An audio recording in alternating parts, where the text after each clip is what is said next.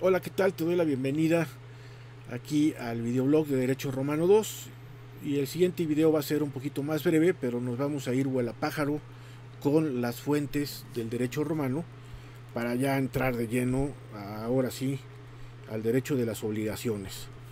Y esta vez no voy a leer los textos de Dors,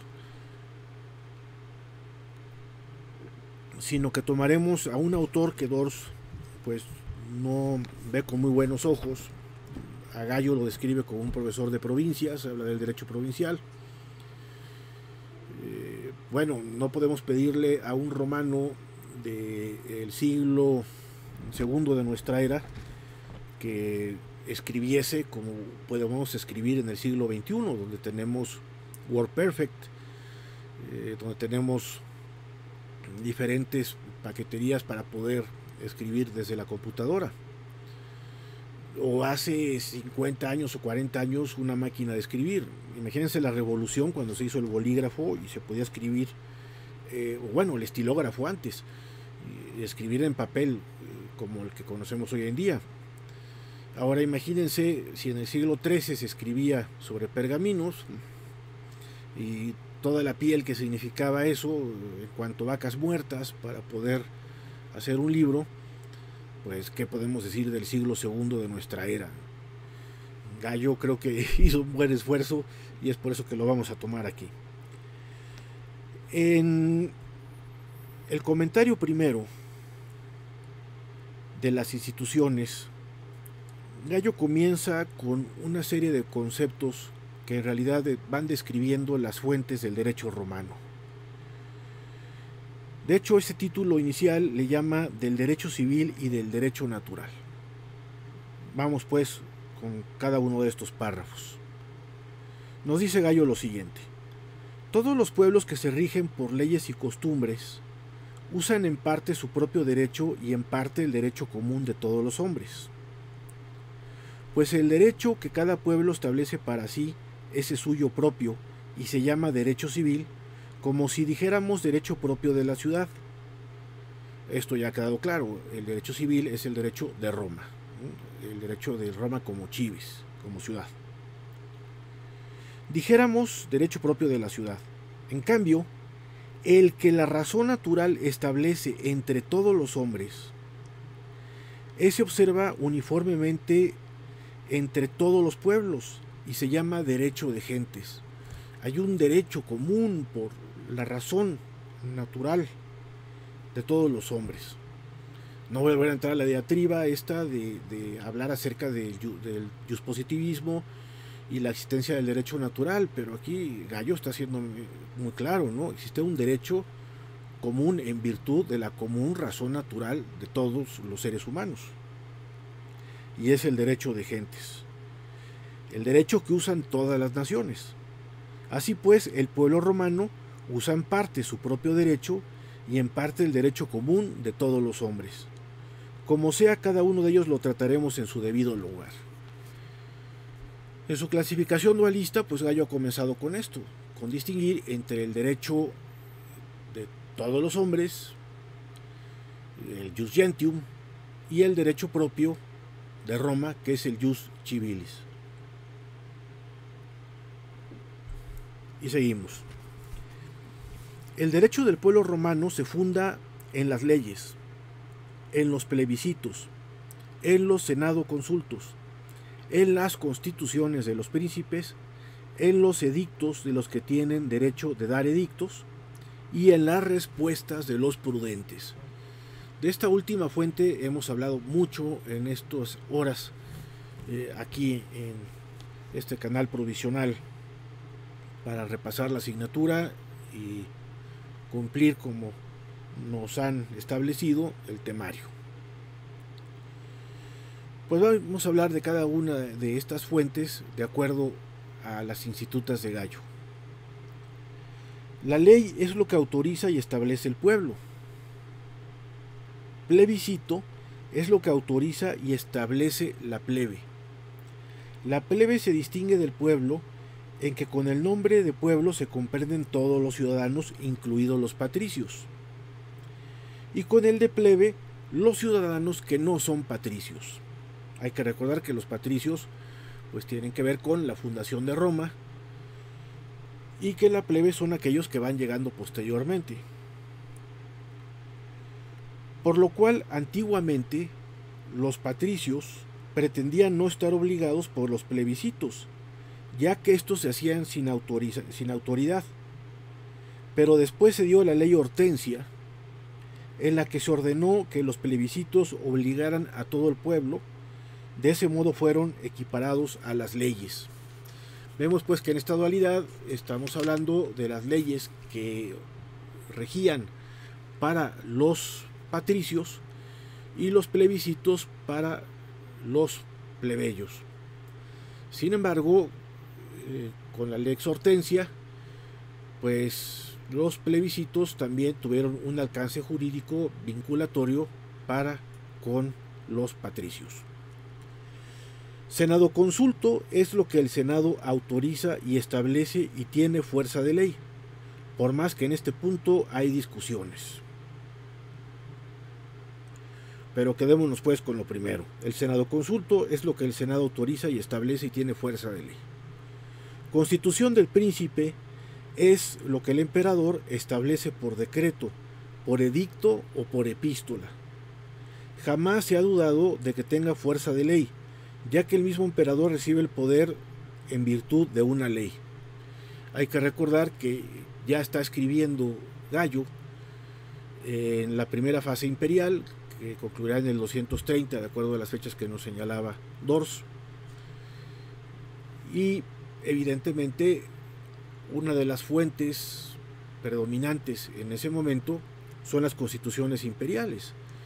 Incluso ya en el Imperio Romano de Oriente hemos visto una constitución imperial, que es la Constitución Tanta, para efectos de la publicación del Corpus, y donde por cierto le concede obligatoriedad a los 4 libros el emperador Justiniano. Y el Códex y las novelas pues no son otra cosa más que colecciones precisamente de constituciones imperiales. Ahora vamos con los edictos. Tienen derecho de dar edictos los magistrados del pueblo romano. Este derecho está principalmente en los edictos de los 2 pretores, del urbano y del peregrino, cuya jurisdicción pertenece en las provincias a los gobernantes de estas, igualmente en los edictos de los ediles curules, cuya jurisdicción pertenece en las provincias del pueblo romano, a los cuestores, pues, a las provincias del César. Perdón, aquí se me fue mal una puntuación, voy a releerlo todo desde el principio, una disculpa. Tiene derecho de dar edictos los magistrados del pueblo romano. Está claro que quienes dan edictos son los magistrados, los pretores. Este derecho está principalmente en los edictos de los 2 pretores, del urbano y del peregrino, cuya jurisdicción pertenece en las provincias a los gobernadores de estas. Y ahora sí. Igualmente, en los edictos de los ediles curules, cuya jurisdicción pertenece en las provincias del pueblo romano a los cuestores, pues a las provincias del César no se mandan cuestores y por ello este edicto no se publica en ellas. Vamos a releer todo el párrafo completo, el sexto. Lo que pasa es que la letra está muy pequeñita y aunque traigo los lentes de lectura, a veces la lámpara que me deja como chicharrón en taquería, pues sí sirve. Aquí veo un poco, o leo un poco en la penumbra en esta parte. Lo voy a sacar aquí un poquito más a la luz y lo voy a leer de corrido. Tienen derecho de dar edicto los magistrados del pueblo romano. Este derecho está principalmente en los edictos de los 2 pretores, del urbano y del peregrino, cuya jurisdicción pertenece en las provincias a los gobernadores de estas. Igualmente en los edictos de los ediles curules, cuya jurisdicción pertenece en las provincias del pueblo romano a los cuestores, pues a las provincias del César no se mandan cuestores, y por ello este edicto no se publica en ellas. Y fíjense que también una de las cosas que se me había ahí atorado al momento de leer es que estoy leyendo este libro que es de un autor evangélico, pues de esos todólogos muy particulares, que es César Vidal, un autor español que por problemas tributarios en España se trasladó mejor a vivir a Miami. Cuando César Vidal pronuncia el inglés, lo mejor es taparse los oídos porque pueden causarle a ustedes migraña. Sin embargo, hay una cosa que hay que reconocerle: César Vidal es alguien que domina el griego clásico, sabe leerlo bastante bien. Y bueno, en la temporada de Cuaresma yo suelo leer biografías de Jesús. Hay biografías que están inspiradas directamente en los evangelios y que tienen reconstrucciones con datos de origen arqueológico. Para mí el autor que me parece más importante es el padre Marie-Joseph Lagrange, de la Orden de Predicadores, un dominico. Pero este lo quise conseguir y empecé a leerlo porque estaba como bestseller, y César Vidal siempre me ha resultado un autor muy polémico. Hay veces que estoy totalmente de acuerdo con sus opiniones, pero hay veces que me dan ganas de estrangularlo, porque es un anticatólico furibundo. Y repito, bueno, al final se respetan las ideas, aunque hay momentos en los que creo que sí tiene un poquito de mala fe en determinados escritos. Y este, más que un rabino, la vida y enseñanzas de Jesús el judío, pues es un libro en el que sí está dando una serie de coscorrones, me parece muy desleales a los católicos, y me resulta todo menos edificante en esta temporada, máxime que ya como católico pues viene la Semana Santa, la próxima, antes del famoso jueves y viernes santo, que ahí sí paralizaré las grabaciones, aunque la universidad nos otorgaría esa semana de vacaciones en tiempo ordinario. Pues yo seguiré grabando para que ustedes tengan esto para su consulta. Pero a lo que iba con este libro es que por ahí se hace bolas con cuál es la jurisdicción y cuál es la competencia de Poncio Pilato. No es ahora el momento en el cual tengamos que hablar acerca de Poncio Pilato, mucho menos. Yo les he recomendado muchas veces la película de la Pasión que produjo y dirigió Mel Gibson, que es muy aproximada a la realidad de la práctica del derecho romano, sobre todo para ver la forma como eran los libros, la forma como se desenvolvía el dominio romano en otras regiones. Pero la naturaleza del dominio de Palestina pues no era igual que el de una provincia de la altura de la Hispania o de la Lusitania o de las Galias. Tiene otra naturaleza completamente distinta. Y bueno, hubiera sido interesante que César Vidal, que supuestamente también estudió Derecho, le hubiera echado un vistazo a este párrafo de las Institutas de Gallo para no meterse en camisa de 11 varas. Pero bueno,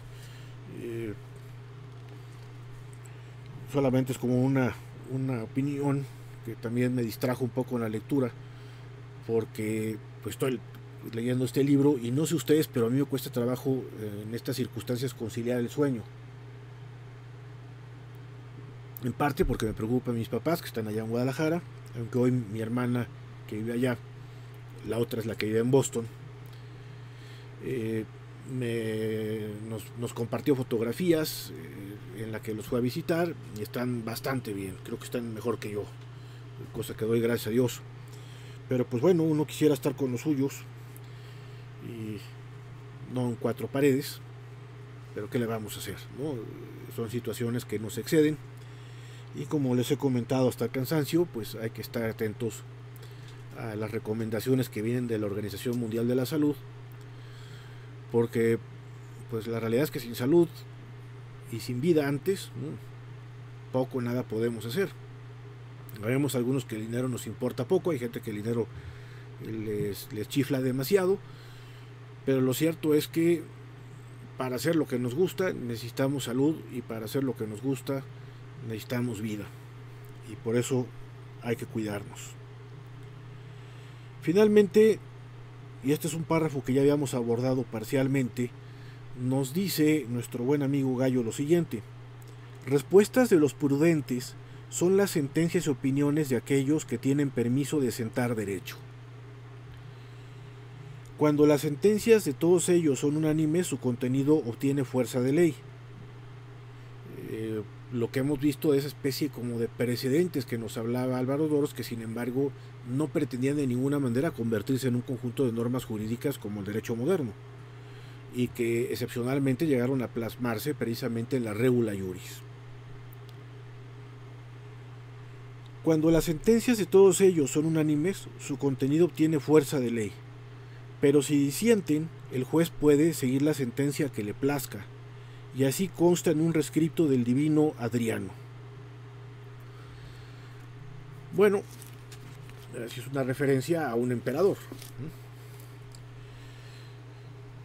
Es decir, los emperadores fueron acotando los alcances de la jurisprudencia de tal suerte que los propios iudex supieran a qué ceñirse en determinadas disyuntivas que se les presentasen en los casos que tenían que resolver. Por ahí es donde se va a empezar a incubar lo que luego va a ser el derecho romano vulgar, cabe decirlo, es decir, cuando los juristas clásicos dejan de serlo, y lo clásico se había logrado por la libertad. Esto me lleva a una reflexión vuela pájaro, que es entender un poco lo que es la libertad y lo que es no tenerla.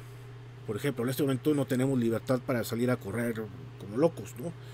Ayer me pareció muy torpe de algunas personas que pasaba por el Parque Hundido, pues hombre, estoy a mediodía, no hay coches, pues salgo a hacer jogging. Pues no, señor, incluso correr pues puede implicar la expulsión de más saliva. Y tampoco estamos hablando de la bendita primavera y de vacaciones forzadas. De lo que se trata es de estar guardados en casa para evitar contagiarnos, o si hay alguien que tiene síntomas o bien es asintomático pero ya porta el SARS-CoV-19, pues que no lo expanda. También vemos en España cómo la policía tiene que arrestar a algún corredor que, bueno, como uno se hace adicto al correr por las endorfinas, las sustancias que segrega el propio cuerpo para evitar el dolor, pues no quieren perderse eso, o a lo mejor tienen la meta de correr una maratón en otoño, como la de Chicago o la de Nueva York. Pero señores, vamos siendo solidarios y olvídense de su maratón. En este momento hay que guardarse en casa. En todo caso, pues que tengan una bicicleta estacionaria o algún treadmill para hacer el jogging en el hogar, porque para colmo también los gimnasios se han cerrado. Los gimnasios también son un centro de contagio de primer nivel. Hay que respetar pues lo que nos dice esto. Pero bueno, son limitaciones de una libertad por una situación que es lógica y que es comprensible. Pero aquí que tengo a Beethoven. Beethoven fue el primer músico que decidió ejercitar la libertad producto de la Revolución Francesa. Él evidentemente un alemán que luego se traslada a Austria, pero que empieza a disfrutar de las libertades individuales que había otorgado el nuevo régimen. El antiguo régimen, que era un régimen de estamentos, monárquico, absolutista, pues implicaba que un músico no pudiese escribir lo que él quería. Mozart llega a confesar que escribió muchísimo, dentro de que muere joven, porque tenía que comer y tenía deudas muy altas. Hay una película fabulosa, aunque la trama no es estrictamente autobiográfica, sino que aborda el dilema de la envidia, que se llama Amadeus. Es una película de Stanley Kubrick. También, si encuentran un hueco, totalmente merece la pena para verla. Yo, de hecho, aunque desde niño he escuchado la música clásica, pues me clavo más en estudiarla a raíz de ver Amadeus. Y esta la vi pues desde 84. Ya es una película bastante vieja, pero es totalmente perenne porque es un clásico, y Kubrick además es uno de los mejores directores de la historia del cine. Bueno, Mozart era un sirviente, y escribía de acuerdo a la voluntad de quien le encargaba una ópera o de quien le pagaba o le mandaba, pero él no tenía la libertad de escribir lo que quería. En cambio, Beethoven es alguien que ya pertenece al nuevo régimen, donde las libertades como la libertad de expresión están garantizadas. Al tener libertad de expresión, pues Beethoven es capaz de escribir una sinfonía como la novena, que es un himno no solamente a la alegría, sino a la libertad. La heroica, que era una representación de lo que él creía que representaba Napoleón, que luego estuvo a punto de destrozar la partitura cuando el corso se corona emperador, y Beethoven pues se decepciona considerando que era un hombre más del antiguo régimen, lejos de ser un verdadero revolucionario. Pero tiene también 5 conciertos para piano impresionantes. Normalmente la música temática, como sería la propia Sinfonía número 6, la pastoral, pues tiene limitaciones porque el meterte a un tema te está constriñendo y no dejas a la música por sí misma. Pero esa es la grandeza de la Sinfonía octava o la grandeza de las sonatas para cello y piano que compuso Beethoven. Mi tío Juan José, que paz descanse, me había recomendado que ya que me gustaba Beethoven, me concentrase una temporadita en las sonatas para cello y piano, ya que dice ahí se encuentra el Beethoven más íntimo. Y bueno, mi tío fue intérprete de cello. Y en efecto, cada vez que puedo, de nuevo recurro a mi amiga la iPad, me pongo los audífonos y a repasar esas sonatas. Goya, por ejemplo, fue un pintor que pintó para sí mismo y no pintaba por encargo, como habrían sido retratistas. El propio Velázquez ya empieza a romper un poco con las pinturas por encargo y se da el lujo de hacer un cuadro como Las Meninas. Bueno, eso es la libertad. La libertad que se traduce en la creación, y eso es lo que ejercían los prudentes clásicos. Había una libertad para resolver los problemas jurídicos que poco a poco van constriñendo los emperadores al grado de que al final acaban siendo meros funcionarios, y como decía aquel chiste malo con los antiguos presidentes, y creo que viene muy al presente, si el presidente le pregunta a alguno de los que tiene cerca qué horas son, él contesta las que usted ordene, señor presidente. Y a partir de ahí, pues los jurisprudentes no van a resolver problemas jurídicos, sino van a expresarse como si se tratase de consignas políticas. Y eso es lo que va a vulgarizar el derecho romano. Con esta última reflexión terminamos. Es decir, el derecho romano se va vulgarizando porque va perdiendo clase, y esa clase se va perdiendo porque ya no hay libertad. No es lo mismo la libertad con la que Beethoven o Mendelssohn, Schubert escribían, los románticos, a escribir para vender discos. Algunos bailarán con Shakira, pero Shakira no hace música para la música en sí misma, sino como marketing, ¿no? para vender. Y hay una gran diferencia, evidentemente, entre la estupidez del Waka Waka y con respecto a los pobres cameruneses que originalmente habían escrito una canción muy bella precisamente sobre la libertad, a una cuestión meramente de marketing. La grandeza del espíritu humano se encuentra pues en la libertad de investigación, la libertad científica, la libertad de cátedra. Bueno, también en la libertad del jurisprudence. Dicho esto, terminamos esta segunda grabación del día de hoy. Mañana volveré a grabar un par de vídeos más para que sigamos pues en la asignatura. Ya tenemos la división entre los derechos personales y los derechos reales y el conjunto de fuentes. En este momento ya no hay pretexto porque ya tenemos los cimientos. Ahora vamos a levantar el edificio. Les deseo mucha paciencia, mucha salud y échenle ganas. Muchas gracias por sus palabras y saludos a todos. Hasta la siguiente.